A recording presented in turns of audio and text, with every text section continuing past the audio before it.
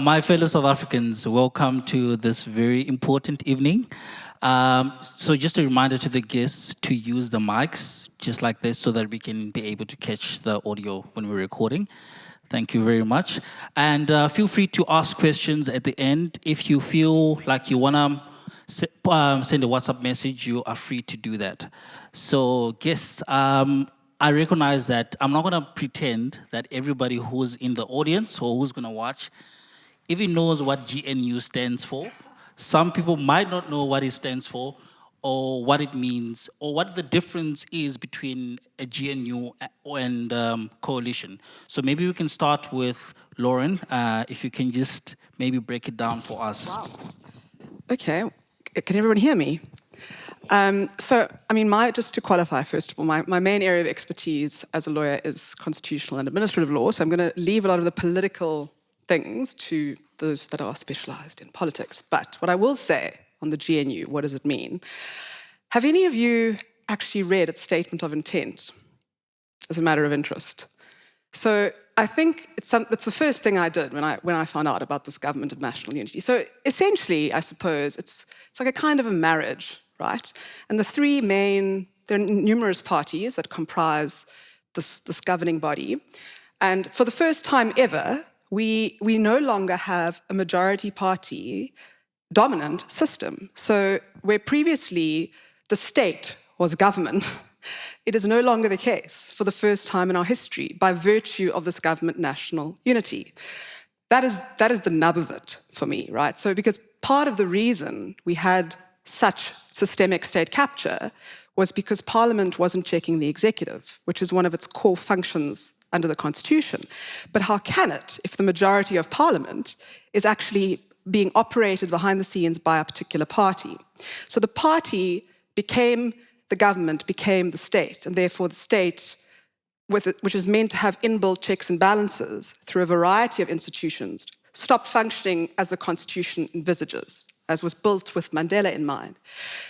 So the government of national unity, the three main political parties, and I know tonight we're not speaking about political parties, but just for everybody's interest, I'm not aligning with any of them. I'm simply stating that the core trio is the ANC, the DA, and the IFP.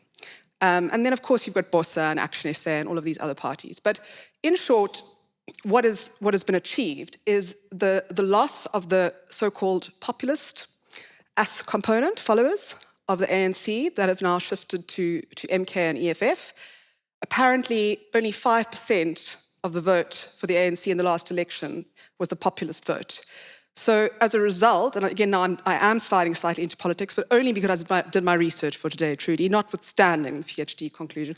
In any event, the point is that it is a much more centrist ANC. So its policies, in quite large respect, align with that of the DA, the IFP, and so on.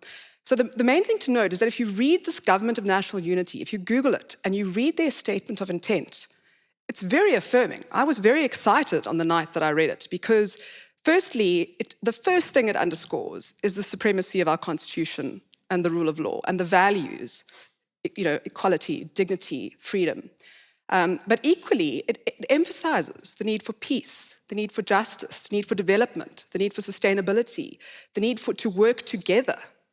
And I think, to my mind, President Cyril Ramaphosa has acted incredibly graciously, actually. And, if you read the statement, which I will obviously allow my panelists, I don't want to monopolize, but the point is that I can read extracts of it to you because it's really very much about in the spirit of compromise, in the spirit of putting the people first.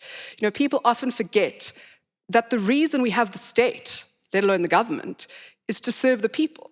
That's the whole purpose of the state, right? It's to advance the public interest.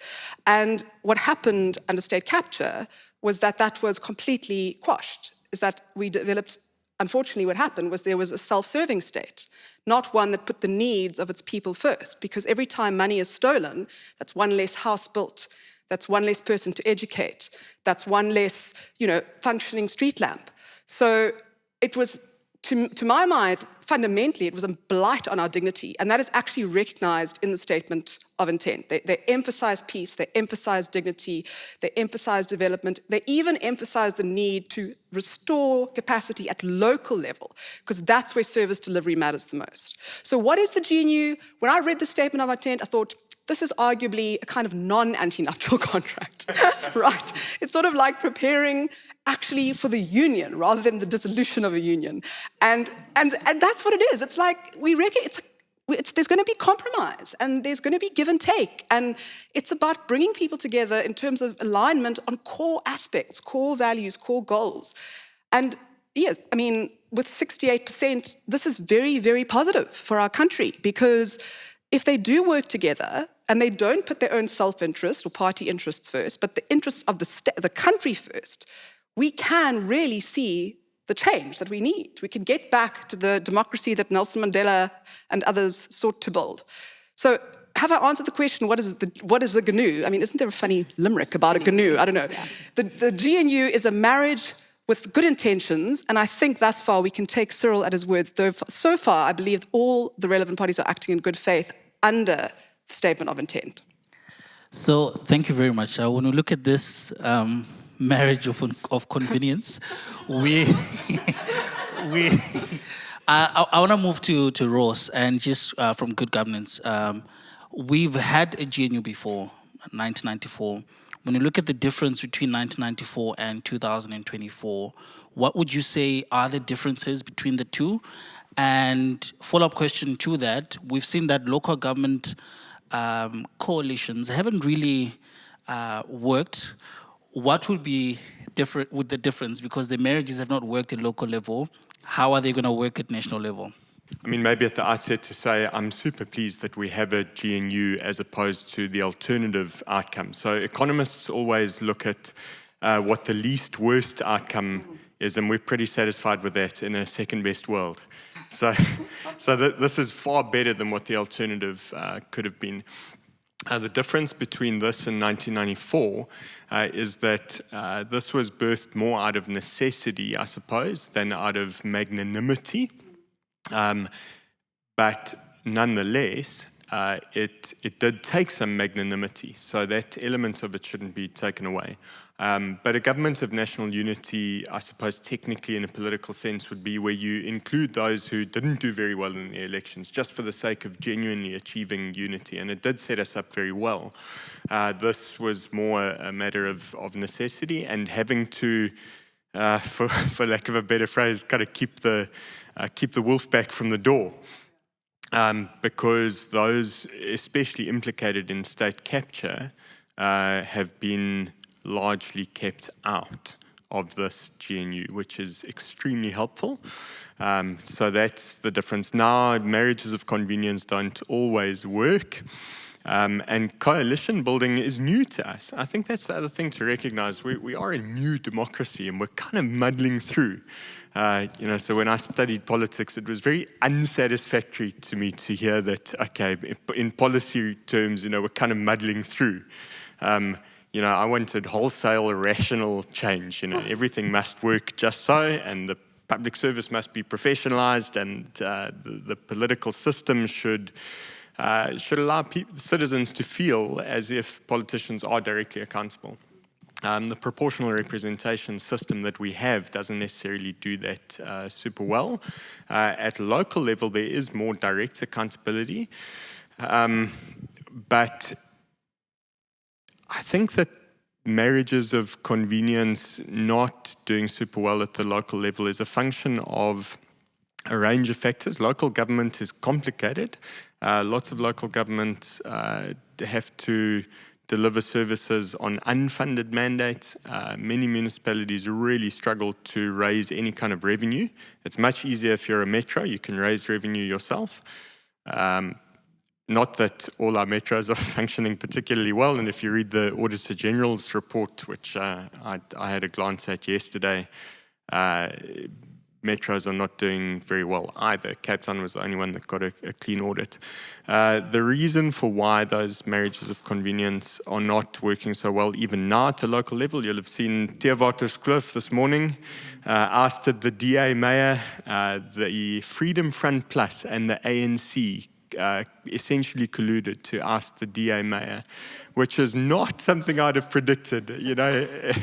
You know, when you study politics, they say, right, you have to have a theory that has explanatory and predictive power. I would never have put that collusion into my model. So I think, unfortunately, what happens is under conditions of uncertainty, parties band together for the sake of ousting those who stand in the way of what we call rent seeking or state capture. It's the extraction of rents from the system that are essentially unearned income, and that's perilous. So sometimes that's what's going on. There's an abuse. It's the emotion of no confidence, which is what's being abused at local level, is meant actually as a means of accountability, and it's being subverted and it's being perversely utilized to get rid of mayors who maybe hold the ground. So yeah, there's quite a lot to work out. I hope I've answered your question in too many words. Yes, you have. Yeah, I'll go to you, Mudzuli. When you look at, I mean, you know the importance of having values, and we were just talking now about how misaligned values could actually result in divorce. When we look at this marriage of convenience, there is like polar opposite views and values. They're completely different. Some are more left-leaning, some are more right-leaning. But when we look at all of that, like how does this, what does this mean for the person who is saying, hey, I channeled my inner fighter and I voted for my party, or another person who's saying, I voted for my party, but my party is not in the GNU. Does that mean my vote is lost? So I think you've actually asked me two questions in that. So I'll answer the first one quickly. To carry on this marriage theme, I think where we are in the GNU, and even the use of the words GNU, I think are very political and very important, because GNU invokes that like, South Africa is coming out of apartheid and we're all going to work together. And we'll use Tshwane as an example. If you went to Tshwane right now and you use the word coalition, people would be like, it's the worst thing, it's terrible, it serves nobody. But you ask the same person, okay, how do you feel about the GNU? No, I like this. This feels nice to me. It invokes that like post-94 kumbaya, we're all together. And so I think politically, the best thing that was done was the use of, I know there's people who have technical arguments against why it's actually not a GNU, but I think the use of the word's intentional. And then we sort of then trickle that into the marriage, right? So now we in the honeymoon stages, like life's nice, we just went on an amazing honeymoon, and the parts which are going to reveal the misalignment on values and policies are the tough things in a marriage. Do you want to have kids? Oh, well, we didn't. The theory of kids is nice, but now the practical, well, now it's time to make a baby. What's going on over here? Now it's time to decide on X, and now it's time to decide on Y. And I think we're edging closer to those very hectic, tangible things which are going to reveal maybe we're not 100% on the same page over here, and now we've got to figure out, do we stay in a marriage? Do we compromise on a kid? Do we have half a baby? Like, how does that work? But on the more positive side, maybe it's more positive side with the values and the policy issues, a lot of where this is going to matter is actually in committees. This is really where the heart and the soul, or the engine rather, of the country runs, especially in Parliament, is in your committees. And I think a good example to highlight of this change of like leadership, but also the people who disagreed with this are still in the same committee, is the Home Affairs Portfolio Committee. So previously it was chaired by the ANC obviously had the majority. It was chaired by the ANC. You had Dr. Mbekezeli, who was the Minister of Home Affairs, and what was being pushed at committee was very much ANC policy. Now you have the DA, And it's going to come out in a very good example is the Electoral Amendment Bill. So the DA's policies are very much entrenched in wholesale electoral reform, constituency-based systems. That is their policy. It's always been their policy. They have an extensive document on it. And even in the last committee, chaired by the ANC, that was the policy that they were still pushing. Not but a few months later, now you've got you've got the DA now, and the ANC's policy is not that. But you still have members of the ANC in that committee. So we're going to see now, with the electoral laws now really being reviewed under this committee, what's now going to happen with a DA-chaired Home Affairs Committee, but with still very strong members of the ANC in there, and a lot of members of the GNU in that committee. How do you reconcile that? So we are getting closer to, are we having a baby stages of this marriage? And it's going to be very interesting, I think, to see it play out at committee level. Can I just jump in there? I think you're quite right. The baby-making stage of the marriage is the tough bit. And in fact, there was a test much earlier in deciding on cabinet. Most people would have expected that the DA, being sort of the minority partner in this GNU, sometimes called the Grand Coalition, that they would sort of have a more forceful decision or a decision on the number of cabinet ministers that they would have. But in the end, the ANC dominated cabinet, both in the number of ministers they have, number of the deputy ministers they had, disproportionate to their electoral outcome. Similarly, in Parliament, the ANC got the lion's share of chairpersonships in parliamentary committees. And that, I think, is important for committees that have a DA minister and an ANC chairperson of the committee. It's easier where you have a committee like sports, where both the chairperson and the minister are of sort of non-ANC political parties. But I think one of the biggest tests will be the budget, deciding on the budget, because budget season is coming up. For the most part, the GNU hasn't had to draw up a new budget. They've really carried over what they've seen in the last, from the previous administration. Now, with the midterm budget in October, that's where some of their priorities will come in. And I was actually looking at the education minister and the education ministry, and she has a set of priorities that Angie Motshekga didn't really signal towards earlier this year or even in previous years. So it will be quite interesting to see how many of those priorities come in the budget, because that is quite a contested space. And of course, the DA for the longest time has been calling for a more manageable budget, slashing departments, slashing certain functions in order to manage the budget. But now that some of them are in government, I was listening to the DA Minister of Home Affairs saying that we actually need more staff, and that goes diametrically opposed to what they've been arguing, that government is too big. So now suddenly government is needed to be big for their own departments. Yeah, Am I allowed to weigh in on these last two points? Because can. I'm just interested. I mean, I came up with the metaphor of the marriage. Then it was qualified to be a marriage of convenience. Okay, fine. And then we've got this metaphor of our poor baby being conceived, right? Now, I think just for the sake of our audience, we need to give like tangible examples there. So you've alluded to, I think Mbex has really, and both of you have actually alluded to the main one, which is about, I think, in terms of, because the question was phrased like, they're polar opposites. Polar is a strong word, right? Polar suggests like we're diametrically opposed. They're not, okay? What's left of the ANC now that has formed part of the GNU is a more centrist ANC, right? It's less, it believes fundamentally in the liberal democratic values of the Constitution, and it believes in the rule of law and so forth.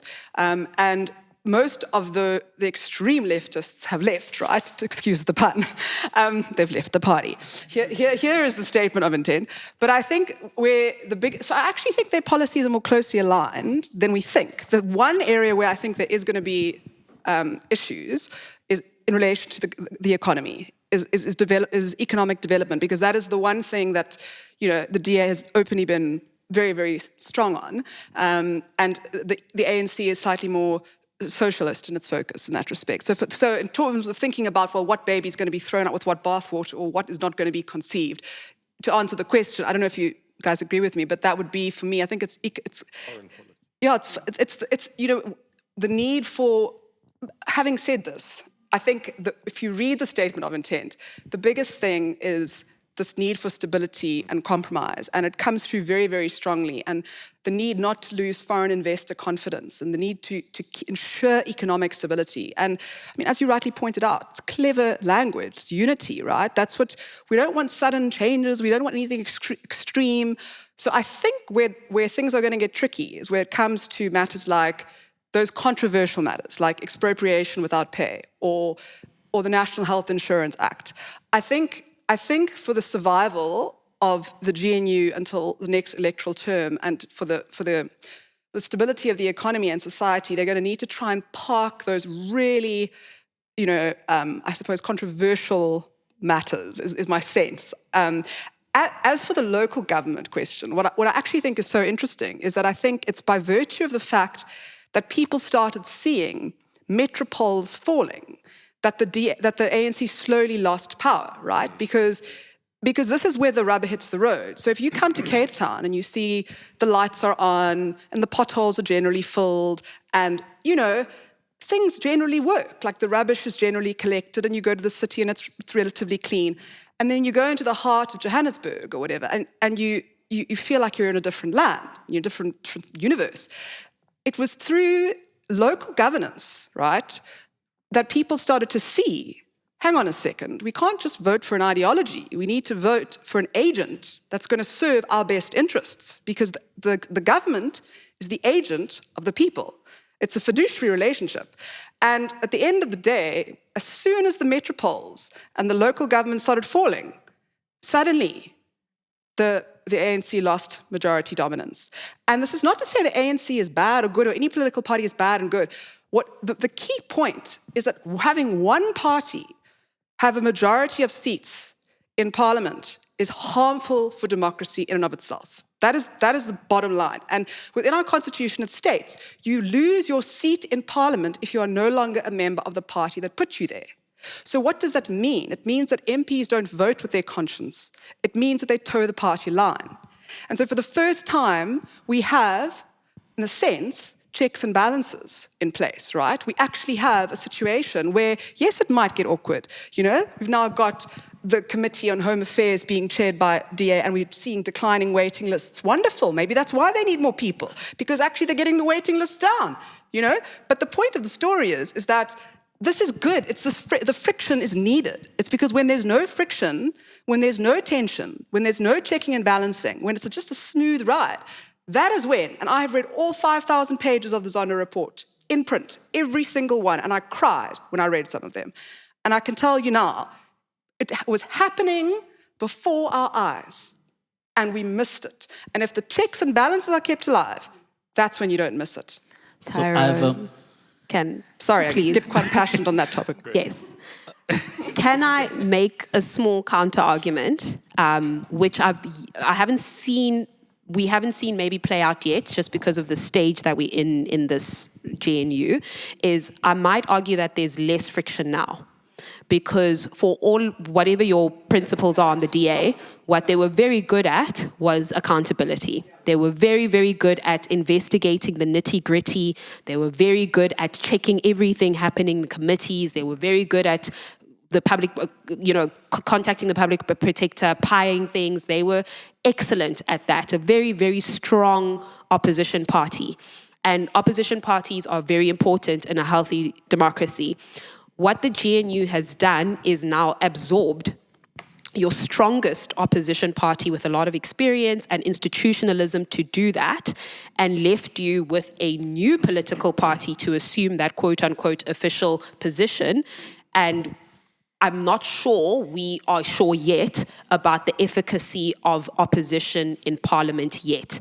So while there will be awkward conversations, I think our concern should be that those awkward conversations are going to be sorted in sort of the back rooms or for the sake of GNU, when they actually shouldn't be done that way. Those awkward conversations need to be fought out in committee, in the open, with checks and balances of a strong opposition. So for all of the good that the GNU delivered in terms of unity and we're working together and we didn't collapse after an election, what we haven't solved for is a strong opposition party, because someone needs to check the GNU. The automatic assumption that the GNU is going to be strong because the DA has an apparent record of good governance, etc., is a false one. And if we don't keep our eyes open, it's going to become a problem there as well.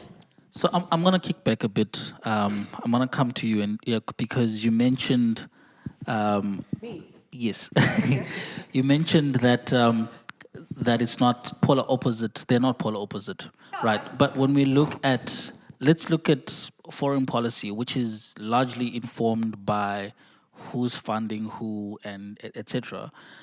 I mean, DIRCO under Dr.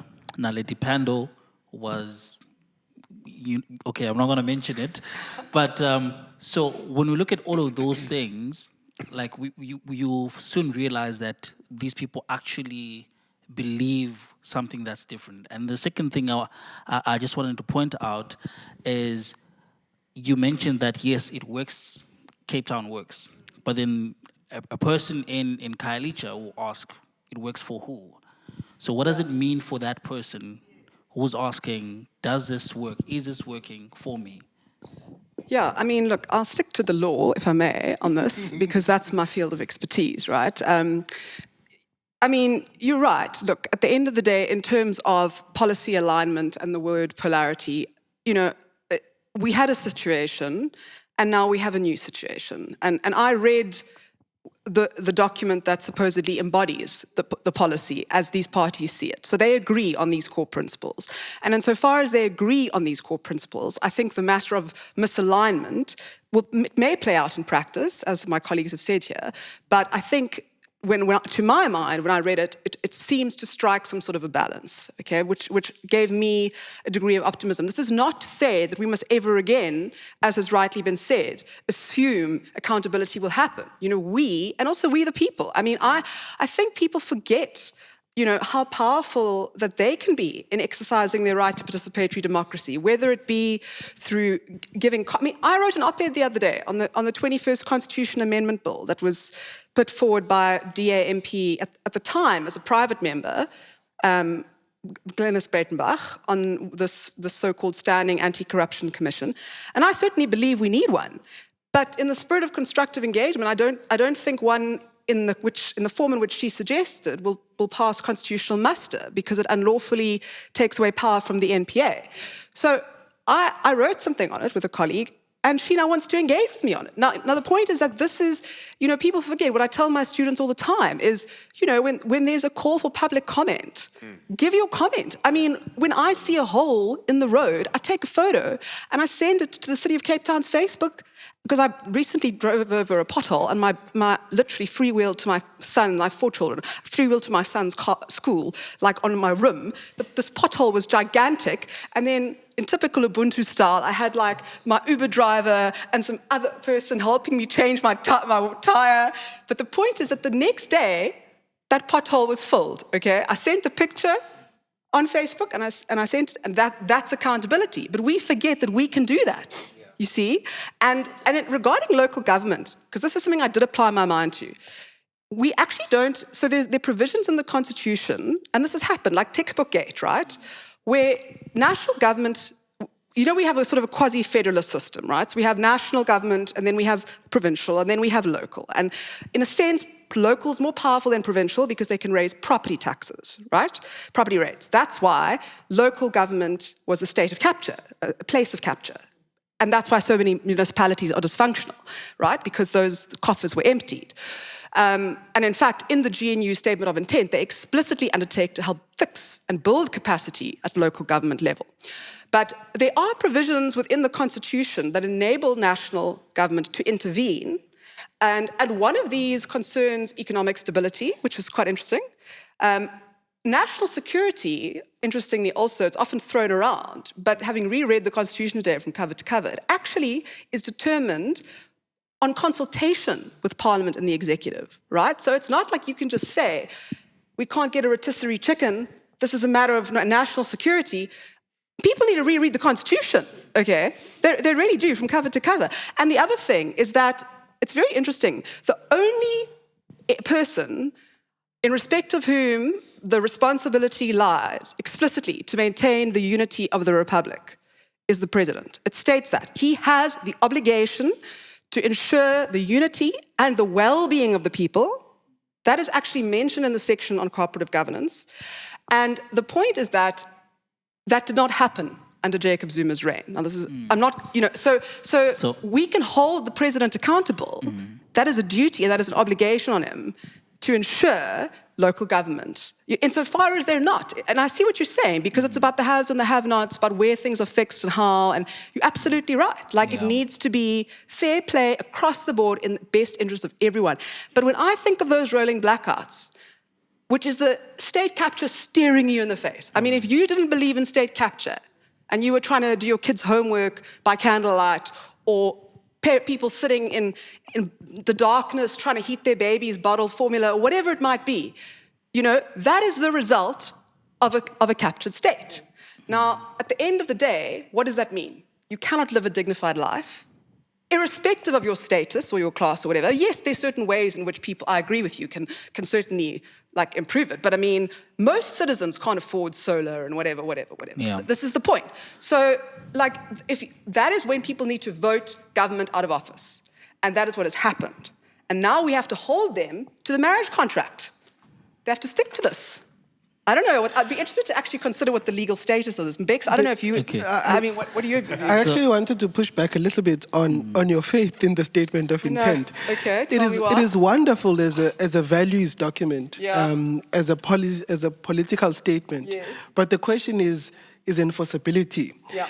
And unfortunately, as lawyers, we have this idea that once you sign, then automatically enforcement follow. Yeah. But in a political document like this, unfortunately, it doesn't happen like that. Which is why, when it came to forming cabinet, Helen Zille was waiving this document to say, clause 19 says that you must consult me on inviting more partners. And the ANC said, what? What clause 19? And so they were able to get more partners in, even without the DA's consent. In Gauteng, they were able to form a government excluding the DA, despite the statement of intent. Yeah.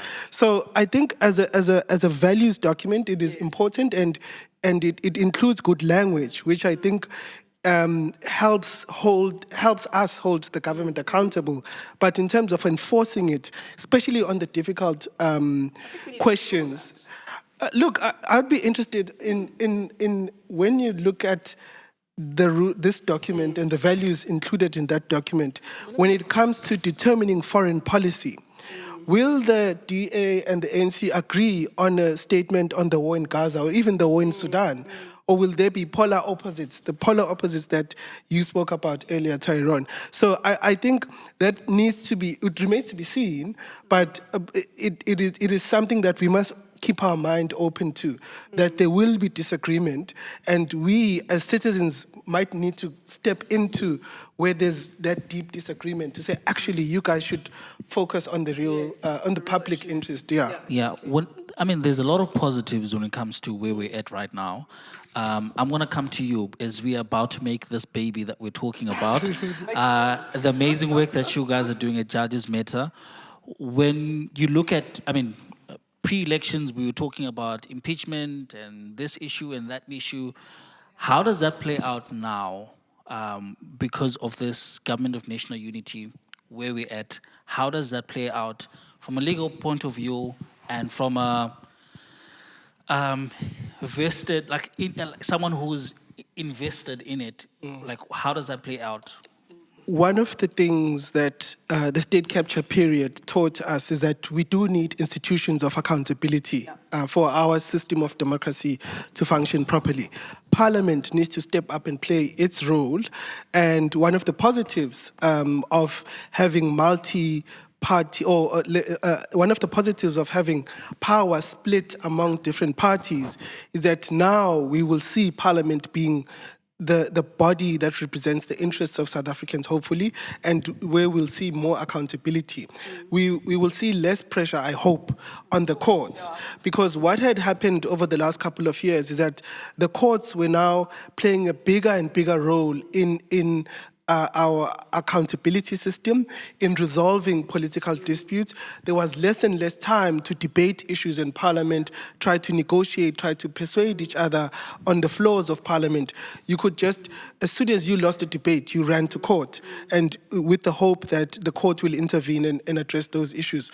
That obviously is good in some ways, because the Constitution does give courts sort of an oversight power over certain constitutional questions, but it's not good when you use it too much. It's like the courts are a pressure valve. When things get too pressurized, then the courts should intervene very sparingly to deal with specific questions. But now, each and every question was ending up in the courts. So one positive thing, hopefully, from this new GNU moment is that we will see other areas of society stepping up and being sites of deliberation and discussion, but also being sites of accountability. Hopefully, and I think for me, the first test is on Friday, when the Minister of Justice has to account to Parliament over corruption allegations.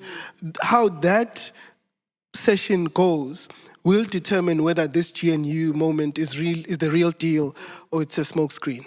That's very good. That's very good.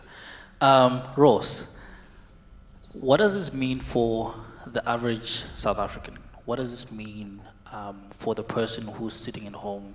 What does it mean for them? Look, it's too early to say. There are some signs of economic easing, but that probably doesn't yet have a lot to do with the GNU per se. However, sentiment happens to be very important in an economy, and what happens in the economy really matters for all of us. You'll have seen that petrol prices went down yesterday. Interest rates are likely to go down. I'm an economist by training. I've been longing for the interest rates. Ross. I've been longing for the interest rates to go down. I was heavily opposed to lockdown, so don't shoot me. But largely because of its negative economic impacts, which then have latent health impacts, and we're still actually suffering that. But the fact that inflation is easing and the fact that interest rates are likely to come down, those are also attributable to global things that are beyond our control.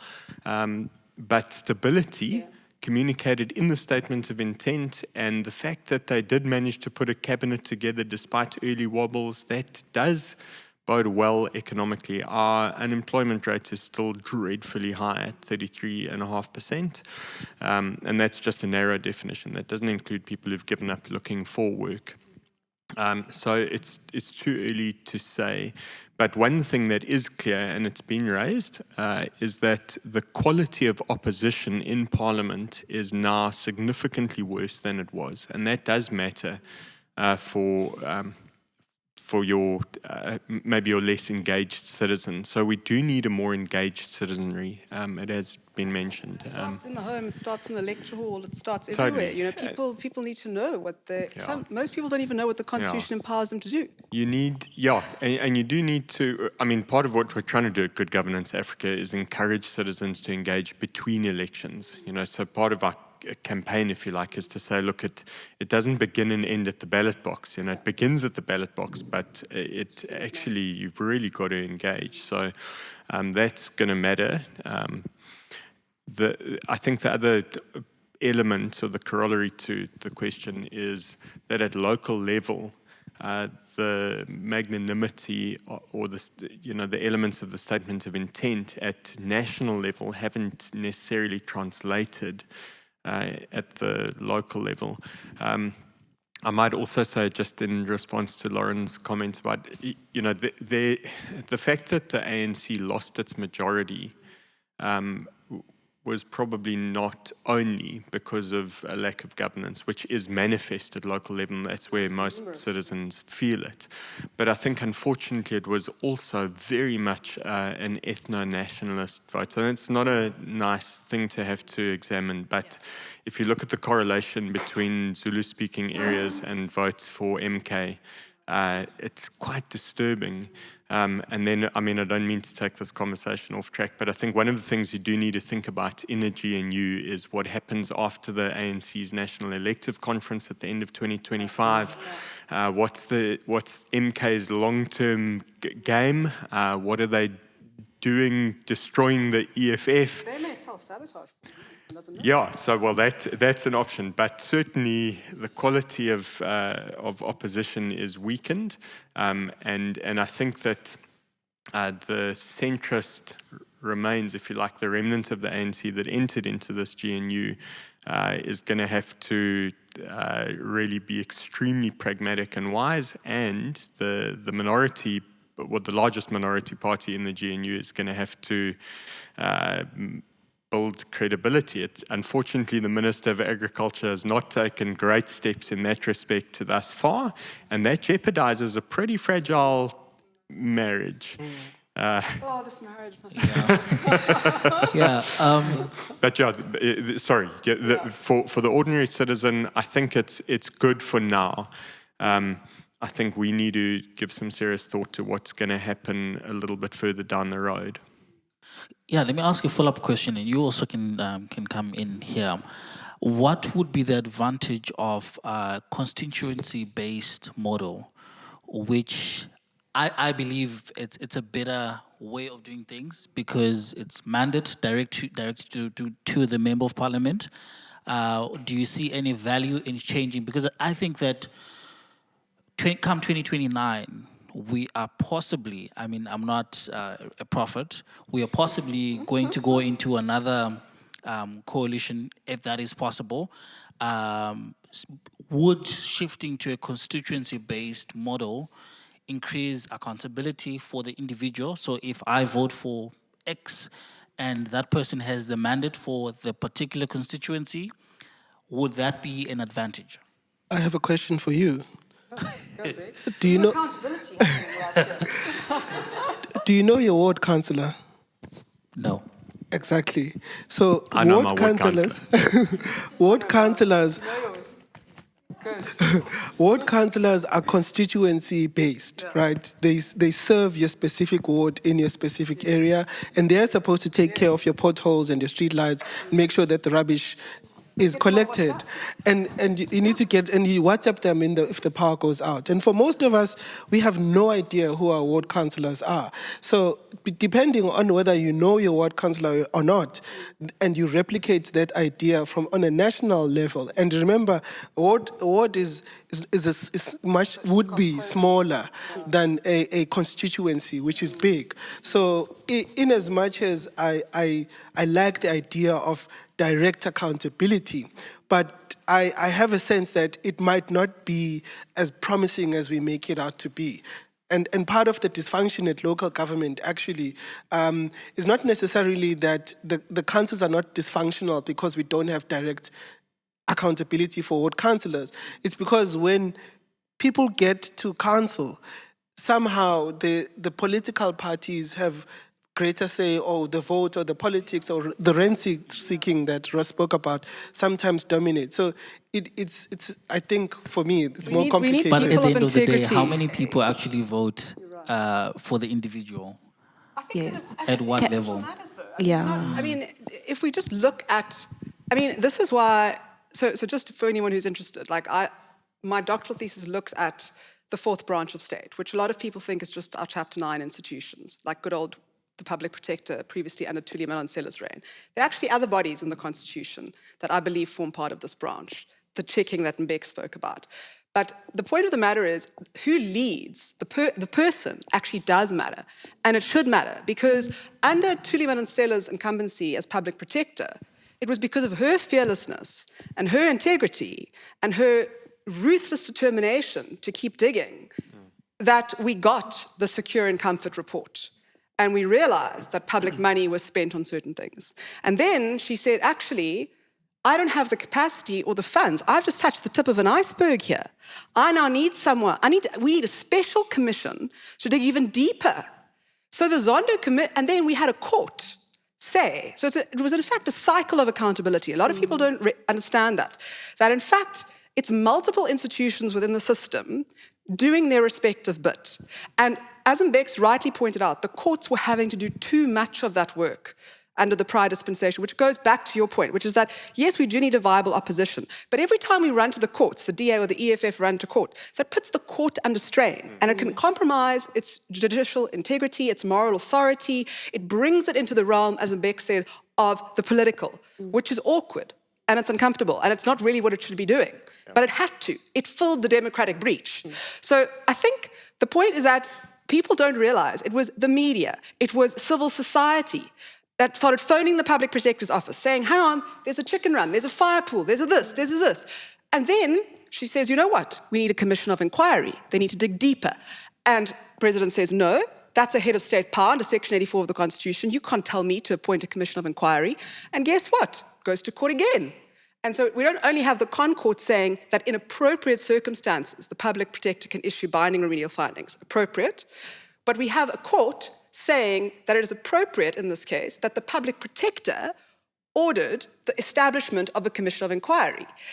And in addition, the president has issued a response thereto. Now, I don't know if any of you have actually taken the time to read it, but it's interesting. It talks about the action. So what is the issue? What are the actions that have been taken? How far are we going? And I mean, I take them to task insofar as they're not, doing enough. But the point is that it's a feedback loop of accountability.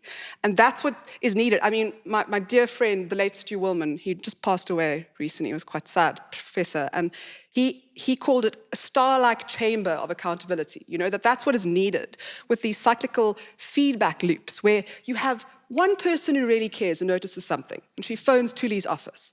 And one good person there says, I'm going to keep digging. And then you have a fearless person at the top. And this is, for me, what's essential. This is why this fourth branch thing, it's not just about accountability bodies.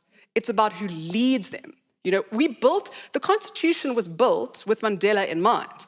It was not built with a leader who would strategically, deliberately, and flagrantly steal the public's money for his own self-serving gain.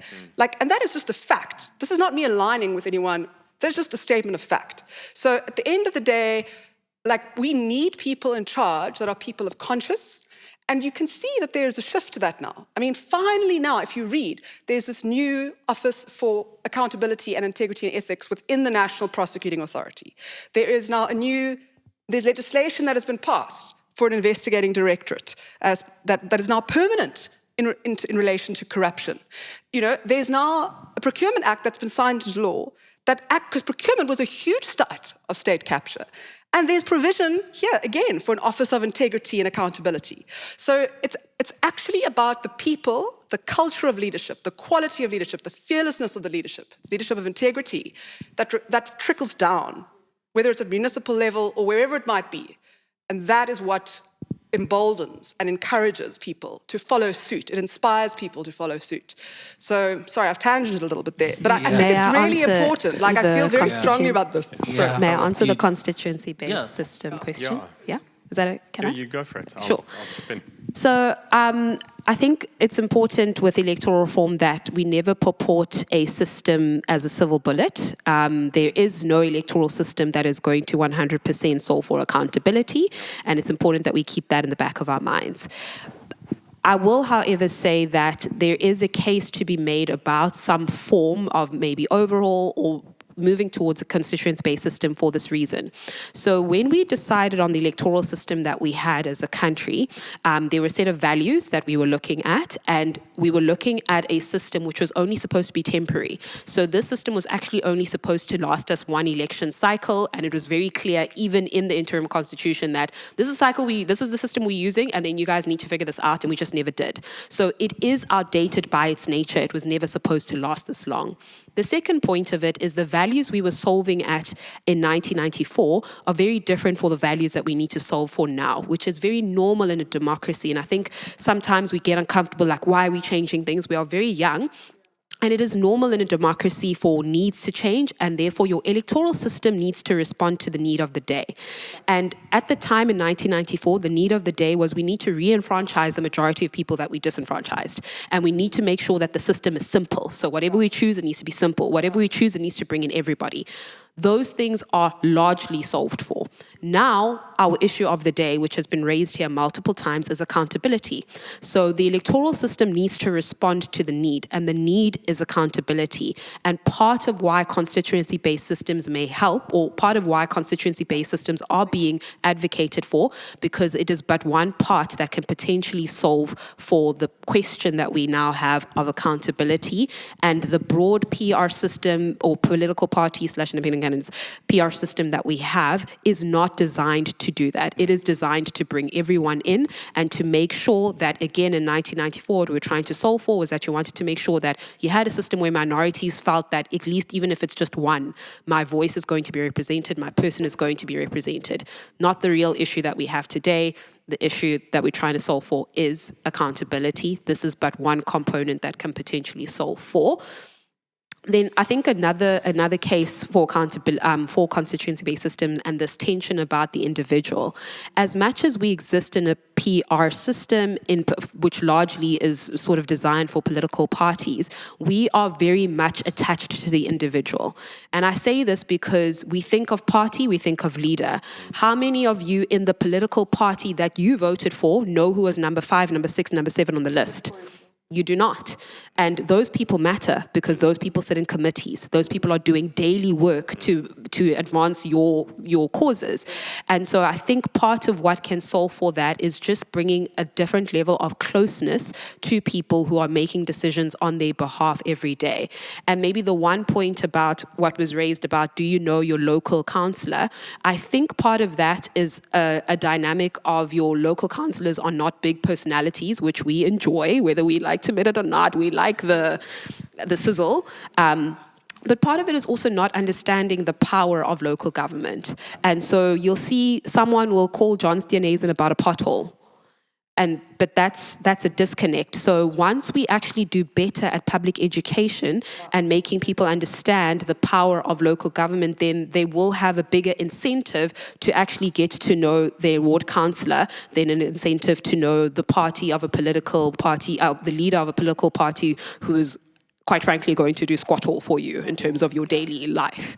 Yeah. So I fully agree with that. I taught politics many years ago, and one of the things I used to like saying was that accountability has a look and feel about it. If you mess up in the UK, a van arrives outside 10 Downing Street and it takes your stuff away. And when Nkandla was happening, that didn't happen. And that, you know, it's not a great analogy, but it does show you some of the difference. There are pitfalls to an entirely constituency-based system in that voters tend to vote for their least worst candidate rather than for the candidate who they really believe in. And so, where the individual matters, you do get more individual accountability. But let's say you're trying to choose between 3 candidates. I've got you 3 here, and I say, all right, listen, she's ace, right? She's my candidate, but her party is not actually likely to win out. Plus, I know my neighbours, and they're not aligned, so they're going to vote for option B. And if they vote for option B, that means that, hey, we might land up in a particularly bad situation. So I'm just going to go with the safe candidate to avoid my worst outcome. Yeah. And that's why you see, for instance, like the Lib Dems, you know, they'll gain a lot nationally, but in terms of actual seats, like on a constituency basis, they don't come out very well. So for that reason, it looks as if South Africa is probably eligible for a mixed constituency system, maybe something closer to the German model. There's a bit of trial and error involved here. We did have the Van Zyl-Slabbert Commission in 97, 98, and I think a lot of those recommendations unfortunately didn't go anywhere, but it was pretty well thought through. We've done some work to try and synthesize all the work that has been done on electoral reform since then, and I do think it is critical. What you don't want is a party system that results in one-party dominance, and that is still a risk under the current system, because let's say MK cannibalizes the EFF, becomes relatively powerful. Let's say it co-opts elements of the centrist remains of the ANC. Cyril's going to be out of the ANC at the end of, is going to be out of the presidency of the ANC at the end of 2025. We don't know who his successor is going to be. We don't know what the ANC is going to look like, and we don't know how susceptible it's going to be to reforming with MK. And under a PR system that would not bode well for us. So does forgive everyone the in the risk audience know manager what a PR inside system me. is? Shall we check? I Yeah, mean, proportional representation. So, I mean, I don't know if we need to assume. Well, okay. I mean, so it's closed list shall we do a proportional 30 representation. second? Yeah. Yeah. Okay, Lauren, you can add when I. I just think it's important because a lot of people don't. I mean, you raised a very valid point about the fact that this was meant to be an interim measure, and here we're still sitting with it. You know, so closed list proportional representation, which is our electoral system, we can't see the lists, right? But we can't influence them. Yes. Okay, so that's the key takeaway point, is that we know who forms. If we wanted to, we can go up. And I mean, I printed all the manifestos of the parties, and you can check the list, and you can do your due diligence, but you can't influence the rank and file of who's on that list. Okay, so ultimately, what is typically done as a matter of strategy is that those that toe the party line are going to be higher up on the list. Yeah. And the names that are higher up on the list relative to the proportional votes that get seats in parliament then get placed in parliament. And as I said earlier, if you lose your seat in the party, you lose your seat in parliament. So the entire system, if we're talking the language of economics and rent-seeking and incentivization, is not good, which is why one of Zondo's recommendations was that we reform the electoral system. And I think there is something to commend that. I mean, I think you're right. Like, we haven't seen it play out perfectly at local government level. And you're right. We need a sizzling personality on TV. And the one good thing about the lockdown was we suddenly saw our president, you know? I mean, for me, that was like a key takeaway. It's like, nobody in my the family fellow could South speak. Africans, you know? And finally, my kids are like, we have a president, you know? And I'm like, you see, there he is.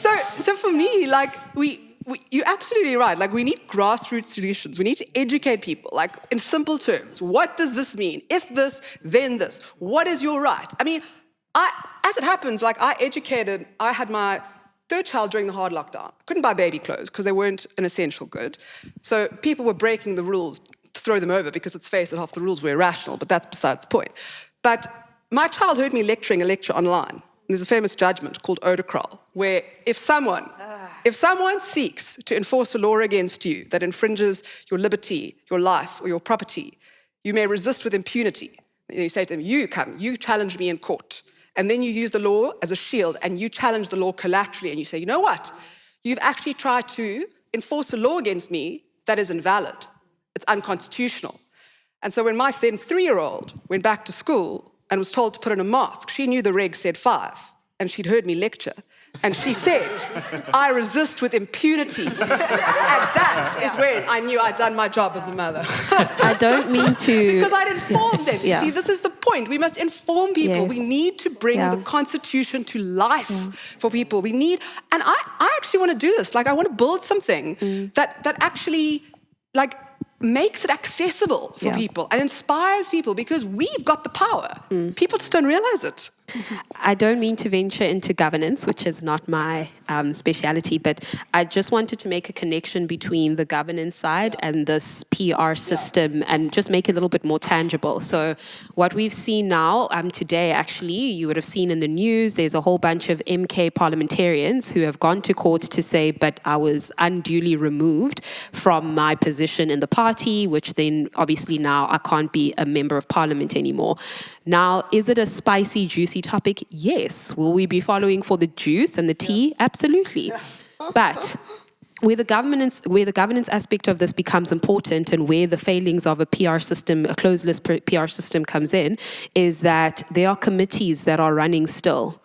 And where are those MK slots? So someone should be doing work in committee every day. Someone should be doing work in parliament every day. And instead of them doing that work, they have been rotated with 20 days, 30 days, 40 days. So there's no transfer of institutional knowledge. There's no continuity. You rocking up to a thing now, I'm now in this Department of Trade and Industry, and I just got here yesterday. And the reason why this is particularly problematic is, again, this is how you can manipulate a system. So the IEC designed the system from an IEC perspective. The IEC closed the lists for, I think it's 100 days, if I'm not wrong, where you are not allowed to move your lists for 100 days. That might seem arbitrary, but it's built with stability in mind. That for 100 days, can we all sit down and do work and find our feet before you guys are moving your list up and down, left and right? But I can just cheat the system by removing you off my list. Now, again, let's say I deeply desired for person number 5 on the MK list to be in parliament because I found their CV somewhere, I connected with them, they recruited me, and the reason I voted for MK was because number 5 was supposed to be doing work. And in less than 20 days, with no reason, quote unquote, we'll see, that person is removed without my participation, without my input, and all I can do is be a bystander in a system. The more the system makes you a bystander, the more problematic it is. So all I can do now is watch them go to court. They'll probably lose. No, I take that back. All we can do is watch them go to court, and the result of that is now out of my hands as someone who voted for a particular party, maybe with this person in mind, and all I can do is watch the theatrics play out. But more disturbingly, the work of the day is not being done because you guys are shuffling helter-skelter. Yeah, I agree with what you guys are saying. I just need to, as Christians, we obviously hoping for stability. So I just want to ask you guys quickly from Ross, and we go all the way down. 2 things, literally 10 seconds. What are the 2 things we should be praying for when it comes to the government of national unity and what it means for the average person? So if I'm an average person, what should I be praying for? What should I be praying for? Let's put it those 2. Good. So 5 seconds on doctrine, 5 seconds on what to pray for. Okay. Government is there to advance good and to punish evil. That's ultimately what government is about. That's what Romans 13 says. So for us, that means praying for the good to be advanced and for our leaders to have wisdom to know how to do that, even under the current constraints. And then it means praying for a citizenry that is engaged. I think that that's crucial. You know, we don't often add that second dimension. So pray for wisdom and then pray that all of us would be more engaged. We do need an active citizenry. All of us should fundamentally have hope for our country, but that is actually rooted in us having a sense of, I don't want to use the word love because I can get weird, but all of us having a sense of, I'll use Ubuntu, for each other. And I think that's where politics and politicians can try to divide that.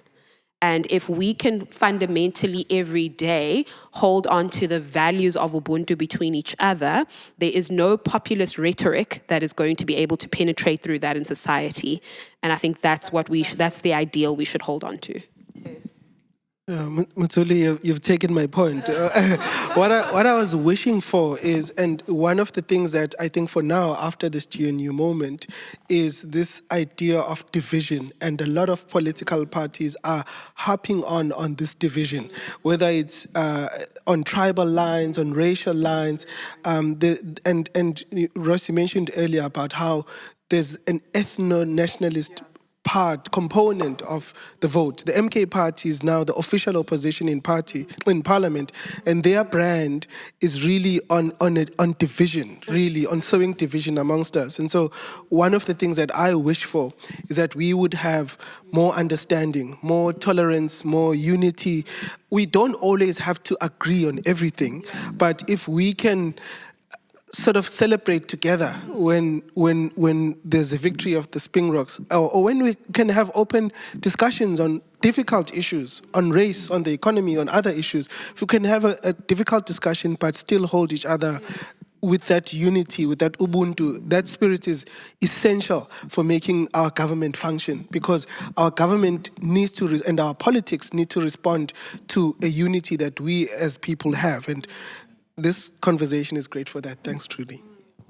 Yeah, I mean, sure, I'm last here, and I concur fully with my learned sisters and brothers. I mean, for me, the three main takeaways, like Ubuntu, a person is a person through other people, and actually power to the people. Like, I actually pray that everyone starts to know their own power in holding government account and actually applies their mind, actually doesn't just vote for the person, but, or the as you said, on sort of ethnic grounds or whatever it might be, but actually looks at, is the work being done? Are the people showing up?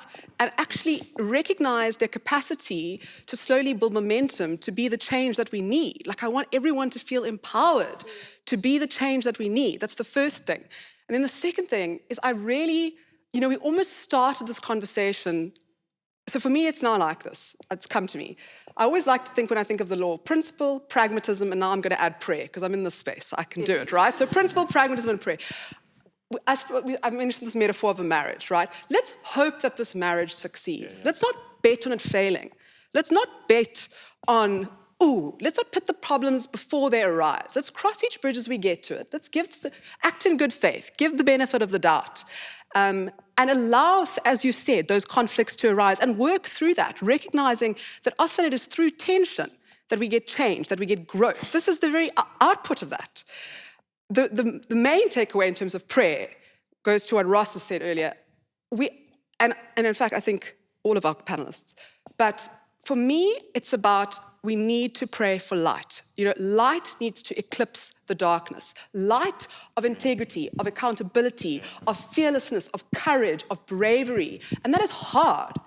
But we need to pray for brave, integral, fearless people that back themselves to stand up to power and hold it to account. Because all it takes is a few good men to speak loudly against injustice and to speak against the abuse of power, and then we can be the change that we need in this world. So I pray that you all pray for light to eclipse impunity. Thank you. First question, if a government of national unity performs well and gains the support of the citizens, what mechanisms or strategies can be put in place to ensure that this unity is maintained or continued in other elections?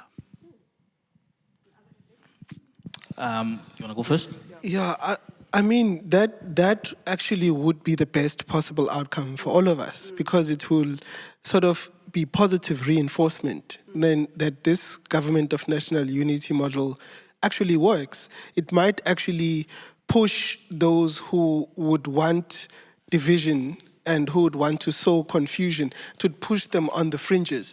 And it would actually push more people to some sort of center, some sort of pragmatism, or some sort of, let's agree on a program that works, because we've seen already it works and the voters will reward what works. So I think that is the best possible outcome, but of course, it's something that we cannot be naive, that there'll be people working towards undermining that and causing the division. Maybe from a, again, governance perspective, is about one thing that we haven't done as a country at a national level, which a lot of sort of comparative jurisdictions who typically operate in this kind of GNU atmosphere is actually regulating it. So currently we're operating on the vibes of the marriage contract, but there is actually that little 4 or 5 pager. But what we have not done yet, and maybe what the question is also probably alluding to, is that how do we form structures that can better support a GNU in the future? And I think that's work that we will probably need to do and sort of borrow from other jurisdictions where they actually have frameworks in place about, in this situation, this is what we do, so that we don't see sort of the local government this instability find its way through here. So regulatory frameworks, I think, are the next step in us sort of developing this idea of having a government which is not dominated by a single party. Yeah, I mean, I fully concur with that. You do. I mean, we've thought a lot at Good Governance Africa about what kind of commitment devices you can install through regulatory frameworks that avoid instability. And it's quite difficult, but one of the things you probably do want to see is that the agreements between parties are written up and are made publicly available, because then you've got something concrete by which citizens can say, no, but you agreed to that. In section 16 it says that. You know? No, you can't just willy-nilly appoint other people to the GNU. No, you're bound by section 16. So that does introduce a level of accountability. The other thing we have thought about is whether you should minimize the opportunity for warring factions to use motions of no confidence. They shouldn't be allowed to be used for nefarious political purposes. But look, I mean, the heart of that question is actually quite a difficult one, because when parties enter into a grand coalition, let's call it that for now, I mean, because if you're a minority party, even if let's say you're the DA, right? You're the major minority party. There's always a risk of being chewed up. Your identity as a party kind of can be subsumed into this broader whole. So you'll see this kind of politicking. The DA minister said this. Like, well, actually, guys, no, you're a GNU minister now. So it's difficult to know what kind of effect that will have in the next elections. But ideally, and this is hope speaking, citizens reward parties for having governed well. That's certainly our hope. Can I ask a follow-up question? I think could we possibly see an MNC, motion of no confidence, in the GNU? Because when you look at like Joburg, they've had multiple motions of votes of no confidence. Is that a possibility? Should we be mindful of that? Yeah, it's a great question. I think it's less of a risk at national level than it is anywhere else because of history. The GNU is new, and it was birthed under very different circumstances. Economists talk about path dependence, right? So you imagine a river. It's used to flowing in a particular way, right? When you try and append it, it can be very difficult to swim upstream. But with the GNU, the other benefit of the way it's currently configured is that there's not a massive incentive for any one of those parties or any set of parties within the GNU to collude and disrupt and sabotage. They've all got an interest, got incidents enough to actually make this thing work, because they bought in under conditions of knowing that, hey, if this thing fails, we all fail, and if it succeeds, we all succeed. And that's very different to Gauteng, for instance, where it didn't go well. I'm going to come to you for the second question because it's on education. So the question is, what's the point on investing billions in infrastructure such as schools if there's not enough teachers to teach in these modernized schools? I think recent stats that we released, we had, I forgot how many teachers that have relocated outside of South Africa. So what's the point of investing in infrastructure like schools if we're not going to have these teachers to teach in these schools? And the follow-up question on that is, was cutting budget on education the best interest for the province? So I assume they're specifically referring to what's going on in the Western Cape now with, and also when we come back to that, even Western Cape is a fantastic context, because if you look at the specific schools which are losing out, it's not your middle class schools in the southern suburbs, it's your schools which are already disadvantaged, which are getting further by the budget cuts, and more teachers are being, like, it doesn't make any logical sense to have a classroom with 60 children and say, actually, you need less teachers so that we can increase your student take to 90 children. Like, it just fundamentally, that's a problem. And this is now the tension that, and I'm so glad they used education as an example, because I think one of the beacons of hope in this GNU is the Minister of Basic Education from the DA. I think people have a lot of confidence in the way Siviwe has already approached this and is going to continue approaching this. It's a massive challenge, and education is, if we look at even the past that we come from, education is such a powerful tool because it really is it either sets you up or doesn't set you up. And if we continue to disinvest in our children and disinvest in our education system, the unemployment stats that we talk about are just going to go up. The crime stats that we talk about are just going to go up. And so I think she has a massive challenge on her hands. This could not have come at a worse time for her as well, because now people are going to be looking to her to explain part of your priorities were to do X, but on the ground, practically what's happening, and the Western Cape is but one example. There are cuts with teachers across the board. And then you've also got this weird issue where we have this massive problem about, well, we've got overcrowded classrooms, and then you've also got a bunch of, so outside of the teachers that are being let go of now, you've also got a lot of teachers who are sitting at home with skills and qualifications. So we talk about the sort of brain drain of teachers that's happening now that are going to work abroad, but before we had this cut now, we had a lot of very skilled, qualified teachers who are sitting at home doing nothing. And then on top of that, you sort of look at the sort of historic issue as well, that there was a decision made by the ANC for God knows what reason to close our technical teaching schools, which also was, we're seeing knock-on consequences of a lot of policy decisions, and this is just but one consequence. But yeah, Sorry, Mudzuli. On that point, though, the problem is not necessarily isolated in education, but the problem is the decision by the ANC to implement an austerity budget, because the budgets are being cut across the board. There are unemployed doctors, unemployed social workers. But we need more social workers. We need more doctors. We certainly need more judges. But we can't get more because they say that there's no budget for that. And that is a decision by the ANC government. So for me, in this GNU and coming up to October and the next year's budget would be to see how the DA and the ANC navigate that question on the budget, because certainly the Western Cape province, for example, is fighting to say, why are you cutting our budget? But those budget cuts come from National Treasury. So what influence will the DA now have when it's faced with that dilemma? Do they stick with how the ANC has written the budget up to this point, or do they push for more money in certain areas? We might possibly see them say, look, we are fighting for budget cuts in, I don't know, the Department of Public Service, but give more money to education for example. And on budgets, I think something we don't, as citizens, push hard enough on, especially with Treasury, is how much money goes back to Treasury.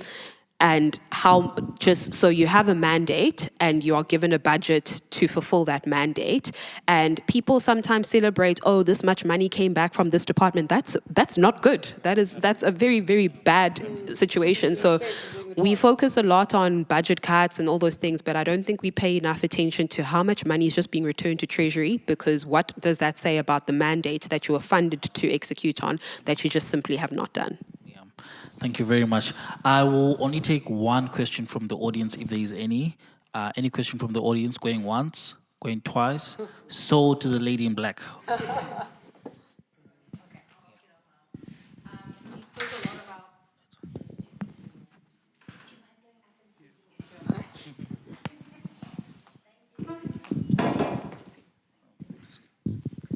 My question is about, let's say, civil society organizations and a lot of, let's say, private companies who have resorted to doing things themselves because of a lack of confidence in whatever service delivery was supposed to be delivered.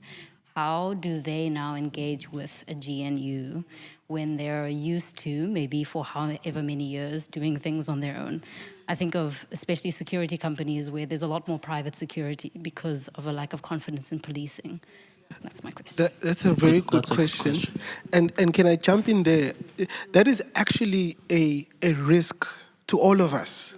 If more and more people are opting out and they're doing things privately, it's actually a risk to all of us. And we see this more especially in education, where parents who can afford are taking their kids out of the public school system and into the private schooling system. Now, the difficulty is most of our school governance runs on parents being active on the SGB of their school. So and there's tons of research that's been done to show how when parents leave, when middle-class parents, professional parents leave the schools starts going down. They start suffering from a governance perspective. The same is happening with health, where we have two health systems, really, one private, one public. Same with security, where if you don't pay for private security, you're basically unsafe because you don't trust the police. So what should really be happening is more of us should be demanding more from our government on every single issue. We shouldn't be opting out and contracting out things. We are paying taxes, so we shouldn't be paying double taxes now through private fees. So for the sustainability of our society, we need more and more people pushing government to deliver, even on something simple as public transport. You know, when you take the train from town to Rondebosch, you sit next to a poor person, you sit to a person who doesn't look like you. That strikes up a conversation. That creates social cohesion. We're able to be a more stable society through those small interactions. So the more and more people opt out, it actually is not, it's a threat to our long-term viability as a society. Can I add one point, because I've been mysteriously quiet, actually. 1 minute. I know, okay. 1 minute for me. I just want to say, I actually think, every coin has two sides. I think, you're absolutely right. Like, we're so used to the state not serving us that we come up with solutions. We serve ourselves. And we mustn't lose that, but we must equally now get the state to be held to account. I mean, your question about private things being set up on the side, it's been done to fill a deficit, right? And it can bifurcate the system along elitist lines, and that's not a sustainable solution. It's not a fair solution, right? So, for example, I don't believe in private universities. I think they're a quick fix. Like, I believe in maybe what I would love to, and if you want to pray for me, pray for me. I would love to create like a bridging academy between tertiary institutions and practice, whether it's public sector, corporate, whatever, where we upskill and we polish and we get people ready. And that should be available also for people on bursaries that are genuinely committed, that want to invest and stay in this country and fix this country, and that they then get the best quality education in their field. And they stay within a network. And it's by keeping and maintaining that network that we build skills up, that we build capacity, that we inspire. So we need to think differently about how we're doing things. The flip side to the coin about the South African state not having served us and us therefore having had to serve ourselves. I was recently in Copenhagen, and my host there was a professor who's half Iranian and half German. And he said to me, Lauren, when first he was quite depressed when I left, because he said, you South Africans have got so much Ubuntu, like it's so nice, you're warm and you open and you talk to people. And there people don't, they're like islands. And it's because the state does everything for them. So he told me a story about someone who collapsed in a supermarket and no one would give the guy CPR. He had to give the guy CPR. But in South Africa, pothole gate, everyone rallies, everyone's helping each other. Like it's that spirit of Ubuntu that, so where populist parties sow seeds of division, we must stand up and say no, because that is the biggest danger, is that we need to be united in goodness, right? And we need to find new ways of doing and being that helps us achieve that, I think. Yeah. Thank you very much. Another TED Talk for you. Lauren's TED Talk. There you have it, my fellow South Africans. Thank you very much, ladies and gentle jelly babies. May you please just, with me, just clap hands for our panelists and just say thank you.